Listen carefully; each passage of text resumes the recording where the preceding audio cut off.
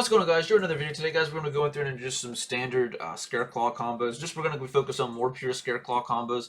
I will do Scareclaw Cashtira combos in tomorrow's video, so make sure you guys like, follow, and get subscribed so you get notified when we post more epic videos, definitely around the Scareclaw and the Starfrost. So obviously we're going to summon him. We'll go through and just do the standard one-card combo play. Everyone should already know this combo, but just in case you don't, we're going to go through and do it. We're going to pull the field spell from the link one. We'll add a Scareclaw from deck to hand. So you have multiple different options on this one, depending on what you want to go for. This one really to go here usually is just going to be still always the rich art if you only have the one in hand, right? This way you can get enough cards to try and go potentially, full combo. So we go rival effect, bring back astral. Alright, this could be any of any Scareclaw monster, right, guys? It doesn't matter. It could even been another rich art, right? Combo basically gets you to this your standard inboard, right? So go Tryhard. So just off one Scareclaw, and then pull rich art for next turn for backup. And that's not counting the other, right? If we went first, or first we had the 4 cards that we would have in hand. So just off one card, we were able to go full combo and get Tryhard out. For the Formud skipper, so what you guys can do for this combo here, how it works to show it off, is when you summon, you always want to use, doesn't matter really which one, as long as it's one of the Scareclaw, but always just use the Lightheart. But it needs to be one of the Scareclaw ones. So you can use his effect. So depending on depending on which one you want to be, right? If you want the field spell, right, first so you'll chain link one it, and then chain link to the Formud skipper. So this way we'll chain block the Lightheart, so we'll go ahead and get our Parallel Exceed here, and we'll also get our Field Spell. So now you can go Field Spell, activate the Field Spell effect. Now we can pull 3 up, because we do need level 3 from the deck, because that's right, we just did that one. So you can get like Astral's fine. Astral or Balloon, I would say, would be probably the best ones to pull there. So then we'll do that. So this is where you guys would do this. This is when we play one of the reasons we played the Brute Enforcer. So you have that. So now we can go Parallel Exceed effect.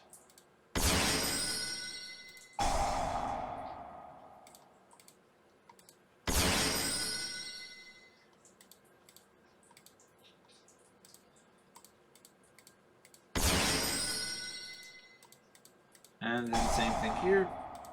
Bring back the Astral that we put back there earlier. Pull back that, go to Rich Art. Rich Artifact. Assuming you're going first, right, you probably would pull, the Defang. Right, if we're going second, then we probably would have pulled like the Straddle or something to try and go for game.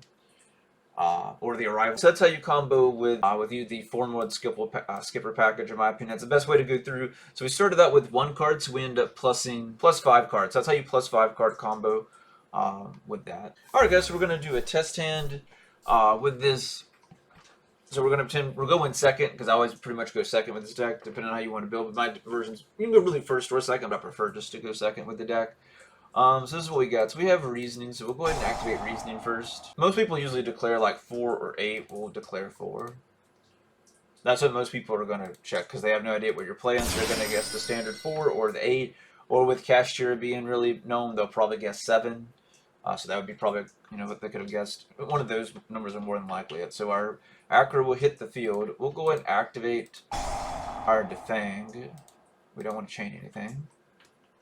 So depending on what they have on the board, right, you could have already activated this. We'll just set it and pretend that we activated it. So we'll pretend all their monster cards are face down defense, right? So what we could go ahead and do, since that's out of the way, go ahead and go link 1. Now that we've got all their monster cards face down, pull the field spell, activate the field spell. We don't want to chain that yet. You could if you wanted to try and chain block it so that doesn't get ashed. I mean, that would be fine.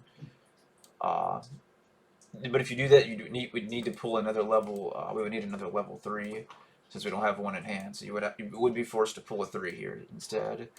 So what we could do, we already got all of them because we've already got that. So I probably would pull Starfrost here. So this way we could go ahead and loop and get that out as well. Of course, it's depending on what you're playing against. So you may want to pull level 3. So Starfrost or 3 would be because some of you guys I saw posted, and I saw where Callie talked about in his video. Sometimes he wasn't quite sure when to do the Starfrost. That's usually when, right? Or you already have at least 2 Scareclaw with different names already in hand is when you're going to want to do something like that. So we're just going to trade them out, guys. We're thinning out the deck. That's all we're really doing at this point here. That's all we really care about, is thinning out the deck. More cards out. We'll go ahead and go Arrival here. Bring it back. Not that we have to, but we'll go ahead and kind of get it out of the way.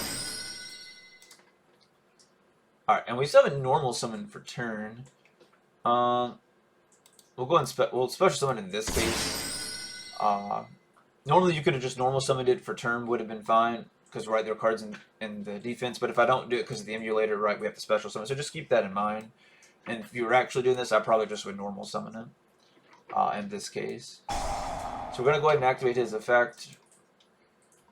So this is where we'll go ahead and go Straddle, because I want to go for game. And we want to draw the card off of it. And we have a Kaiju, so if they did any other crazy combo plays, right now we could Kaiju if they bring out another boss monster or something like that, that's fine. Alright, so they have all their monster cards face down. So we could go to floor here, right, if you wanted to. Alright, we could go to floor. Do that. So remove the Light Heart from play, that's fine.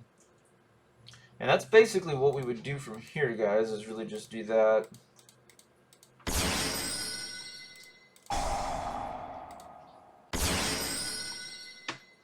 Go with that.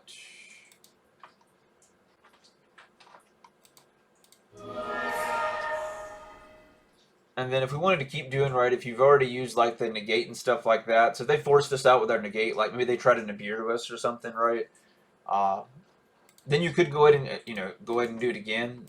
What's what I would do. So let's say they tried Nibiru us, we go, put those 3, we negate the Nibiru, we popped one of their cards on their side of the field, we bring back the Acro defense, and then whichever you want to do, you could go ahead and do, well, that didn't belong, because we already did the other one from hand, so... And that's basically game, because you're going to attack here, and then you can just use this during the damage calculation once the card is flipped face up. So at that point, then you would go battle. Alright guys, so this is the last test hand we'll do for this video. So this happened to be one of the ones we did draw 2 of them, right? So if you have a case like this, what you want to do first is we want to get the alpha out, but unfortunately, since I put against no good opponent, we don't have anywhere we could bring that out. So just kind of keep that in mind. You would normally summon him out. But then you would normally summon him out, right? Go his effect, and then once you do him to bounce whatever card, or they negate him, that's kind of what you always do first when you get alpha. So we've already used alpha. Alpha would have been on the field, so just keep that in mind. So that shouldn't really matter with the cards that we have in hand. The fact that you can't physically see it on the field really won't matter. But just as far as, like, you're actually playing against someone, you always go alpha first, because you want to bait out anything that they have. Right, we can bounce back their Shangri-La, or Force Mirror Jade to activate its effect, whatever it is, Winda, whatever it is they may have that's in our way. Alright, so then we can go Mr. Starfrost, so pop with the Starfrost, bring out the Starfrost, re-bring out the Link 1, re-link the Link 1 off, activate the Link 1 effect again, guys, then we'll re-pull the other field spell from deck to hand.